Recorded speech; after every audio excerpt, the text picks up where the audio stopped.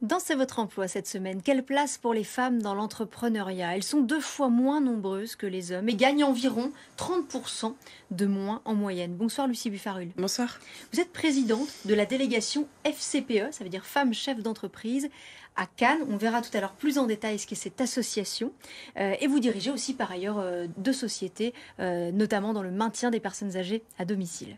Avant de commencer, je vous propose de regarder un chiffre. Ce chiffre, c'est 49 tout de même. Le nombre de membres de la délégation de Cannes, donc sur Cannes, Grasse et Antibes, hein, voilà, pour être précise. Alors déjà, d'un mot, est-ce qu'on peut expliquer ce qu'est cette association et à quoi elle sert ? Bien sûr, donc FCE, c'est une association qui a 77 ans d'existence aujourd'hui. C'est une association qui est présente à travers 60 pays dans le monde, 60 délégations en France et qui compte plus de 500 000 adhérentes à travers le monde. Et dont le but ? Donc c'est le premier réseau d'entrepreneuriat féminin qui a pour but de promouvoir en fait la mixité au sein des entreprises et également au sein des instances institutionnelles pour permettre la croissance économique. Alors, dans le département, je ne vais pas vous demander combien il y a de femmes chefs d'entreprise, parce que c'est assez difficile à quantifier. Oui. Par contre, on sait qu'elles sont 2 fois moins nombreuses que les hommes. Alors déjà, est-ce qu'il y a des secteurs où les femmes sont plus présentes, ici chez nous sur la Côte d'Azur ? Alors, au sein de notre délégation, on a vraiment une mixité des professions. Donc c'est vrai qu'on a une représentativité de tous les secteurs. Donc nous, on ne le ressent pas au sein de notre délégation. Voilà. Mais même au niveau, par exemple, je pense, il y a le pôle Sophia Antipolis, où il y a beaucoup d'entreprises autour des nouvelles technologies. Est-ce que là aussi, il y a des femmes entrepreneurs qui se lancent dans ces domaines ? On en a quelques-unes au sein de notre délégation. Insuffisantes, bien sûr. Il n'y en a pas suffisamment dans la tech. C'est un constat qui est fait. Et il y a une volonté de vouloir rendre la tech accessible en fait, aux femmes pour qu'elles osent aussi entreprendre dans la tech. Et elles ont largement les compétences pour y arriver. Alors, par quel type d'action ça passe ? Est-ce qu'au sein de votre association, il y a des échanges entre vous ? Est-ce qu'il y a de l'entraide, de la cooptation ? Alors, on est sur des actions qui sont liées à la prise de parole, comme aujourd'hui, faire connaître l'association donc des FCE. On est également aussi sur des actions, on va être en soutien avec les associations qui prônent les valeurs de l'entrepreneuriat et qui parlent de l'entrepreneuriat. Par exemple, le mois prochain, on a un partenariat avec 100 000 entrepreneurs, donc on sera présent en fait dans les établissements scolaires pour parler de l'entrepreneuriat féminin. Et on est aussi, c'est la spécificité aussi de notre association, très engagée au sein des mandats. Notre fondatrice Yvonne Foinan a une attache particulière sur l'engagement au niveau des mandats. Donc quand vous me dites les mandats, c'est par exemple au sein de la Chambre de commerce et d'industrie ? Exactement, au sein des prud'hommes, la Chambre de commerce. Pourquoi c'est important ces mandats ? C'est parce que c'est des domaines où d'habitude c'est plutôt les hommes qui trustent ces mandats-là ? Exactement. Et du coup, en quoi ils sont importants ces mandats ? Ces mandats, ils sont importants parce qu'ils participent à notre visibilité. Ils participent aussi à la mixité dans ces instances institutionnelles qui sont très importantes et qui nous permettent aussi de nous exprimer en tant que chef d'entreprise. On apprend énormément au sein de ces mandats. Il faut oser en prendre et je suis certaine qu'il y en a qui ne pensent même pas que c'est accessible et c'est très très riche et accessible. Donc allez-y. Alors justement, pour évoquer un peu plus en détail les éventuelles difficultés, les barrières. Alors d'abord, vous-même qui avez monté des entreprises, à quelles barrières vous avez été confronté et auxquelles vous pensez que vous n'auriez pas été confronté de la même façon, peut-être si vous aviez été un homme ? Disons, j'ai eu la chance de ne pas ressentir le fait que j'étais une femme dans la création de mes entreprises. Ça reste des entreprises de service où on est là pour aider les personnes à rester à domicile. Donc tout le domaine du care, vous êtes infirmière de formation, où là effectivement il y a beaucoup de femmes. Voilà, donc je pense que ça a été facilitateur dans cette démarche-là. Après l'entrepreneuriat, on a ça dans le sang. Il faut oser et si on ose, il n'y a plus de barrières. En tout cas, il y a effectivement peut-être des secteurs où c'est plus évident que d'autres. Est-ce qu'il y a aussi des difficultés de nature financière ? Je pense par exemple pour certaines femmes chefs d'entreprise, des difficultés peut-être à lever davantage des fonds ou à se faire prêter par les banques. Est-ce que ça, c'est une réalité ? Alors ça peut être une réalité et c'est là où les FCE sont importantes parce qu'il y a une réelle communauté de soutien par rapport à ça. On a des formations qui sont organisées par le national et qui nous permettent d'apprendre à parler, qui nous permettent d'être au fait de tout ce qui peut se passer sur le plan juridique, levée de fonds, etc. Donc oui, si on est seul, c'est compliqué. C'est pour ça que les FCE existent, c'est pour casser l'isolement et qu'il y ait cette émanescence en fait et cette amitié, ce soutien entre nous et nous aider à aller justement lever des fonds importants. Alors, les femmes chefs d'entreprise, on le disait tout à l'heure, gagnent environ 30% de moins que les hommes en France. Et il y avait seulement 900 000 femmes indépendantes ou dirigeantes salariées.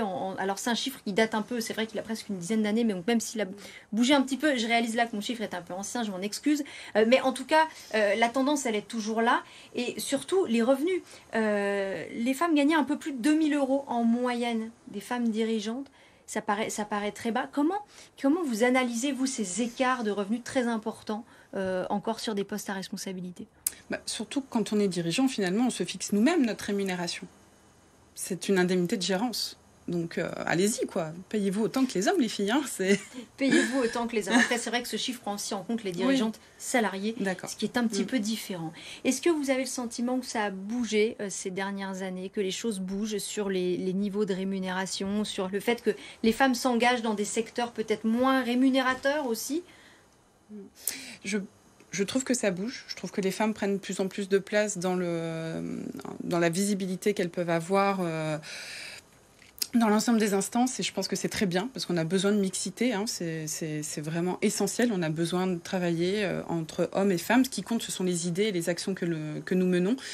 Et oui, je trouve que ça bouge dans le bon sens, et il faut vraiment utiliser ce levier en ce moment, en tout cas pour nous, qui est plutôt favorable et qui nous permet d'être présentes dans de nombreuses institutions, peut-être plus qu'avant. Les autres dirigeantes qui sont engagées, comme vous, dans cette association, la FCE, qu'est-ce qui les motive à s'engager? Est-ce que vous échangez aussi sur certaines difficultés? Bien sûr. Donc, il faut savoir que quand on rentre au FCE, on rentre dans une famille, on est attaché aux valeurs de l'association. Il y a une sélection qui est faite quand on rentre, on fait attention. On est un groupe, une famille, donc on fait très attention et on s'entraide entre nous. On fait des réunions chaque mois. On aborde une thématique en lien avec nos vies économiques d'entreprise, et c'est surtout des amitiés qui naissent et des soutiens importants. Alors tout à l'heure, je mentionnais la cooptation. Justement, est-ce qu'aussi ça peut faire naître comme ça, à l'avenir, des situations de cooptation, d'entraide vraiment dans le travail? Est-ce que ça, c'est quelque chose que les femmes doivent peut-être investir davantage? Au sein des FCE, la cooptation, elle est pas vraiment là. Disons qu'on vient pas par hasard au FCE. On vient parce que les valeurs nous parlent et que l'association nous parle. Donc il n'y a pas réellement de cooptation qui est faite. Par contre, une fois qu'on est au sein de l'association, on reste ensemble, quoi. Voilà, on est unis. Tout à l'heure, vous évoquiez une action au sein des établissements scolaires. Donc j'imagine que vous estimez que l'école a un rôle à jouer. Sur quel plan? L'école a un rôle, à mon sens, important à jouer, puisque l'entrepreneuriat, c'est aussi une façon de se créer, de s'épanouir, qui est méconnue. C'est aussi une façon de peut-être aussi changer de catégorie sociale. C'est peut-être aussi... l'entrepreneuriat permet une liberté qui nous permet de nous exprimer et qui amène des valeurs fortes, et ce n'est pas suffisamment expliqué. C'est quoi? C'est aller dire à des enfants, à des jeunes qui n'ont pas forcément des parents qui eux-mêmes sont dirigeants d'entreprise ou ont des métiers qualifiés, de leur dire que eux aussi peut-être ça peut être à leur portée, et plus particulièrement les filles donc. Alors, plus particulièrement les filles, quand on est sur l'entrepreneuriat féminin, c'est en lien avec le 8 mars, avec la journée de la femme. Puis après, on a des interventions toute l'année au sein des écoles. Et effectivement, c'est leur dire, allez-y, croyez en vous, vous allez y arriver, vous avez un projet, vous sentez que c'est ça qu'il faut faire, allez-y. Et si vous échouez, c'est pas grave. Est-ce qu'il n'y a pas l'urgence aussi peut-être d'expliquer davantage que il n'y a pas de métier féminin, il n'y a pas de métier masculin? Exactement, ouais, il n'y a rien. C'est juste des idées, et on est là pour co-construire ensemble, et c'est ça qui est important. Oui. Vous-même, vous êtes déjà intervenu dans des écoles? Là, bientôt, le mois prochain. Bientôt. Alors, je serais curieuse de savoir ce qu'ils vous diront. Oui, et je pense notamment à la réforme du bac récemment, où les filles, depuis, ont déserté, par exemple, les mathématiques, au point que le ministère de l'Éducation, il s'interroge sur est-ce qu'il faut revenir là-dessus. Donc, ça montre quand même que les formations dès l'école, déjà, sont genrées, sont marquées par le genre. Sont marqués par le genre, et ce possible, j'ai pas analysé à ce niveau-là cette question-là. Par contre, ce qui est sûr, c'est qu'on ne parle pas d'entrepreneuriat dans les écoles. Et ça, c'est bien dommage. Et cette parole que vous allez porter, une dernière question. Il y a eu la période aussi de la crise sanitaire, alors on est encore dedans, mais on est plutôt vers l'embellie. Est-ce que ça aussi, un réseau comme le vôtre, une association de femmes entrepreneurs, ça peut aider? Ça a aidé? bien sûr. Ça a aidé moralement. On s'est appelé, on a maintenu le lien pendant le confinement. On a fait des apéros Zoom, mais on a maintenu le lien entre nous. Il y a un fonds de solidarité qui a été mis en place par l'association. Il y a un soutien moral en tout cas qui a été présent. Merci beaucoup. Merci beaucoup Lucille Buffarol d'être venue nous parler d'entrepreneuriat au féminin sur la Côte d'Azur ce soir. Merci.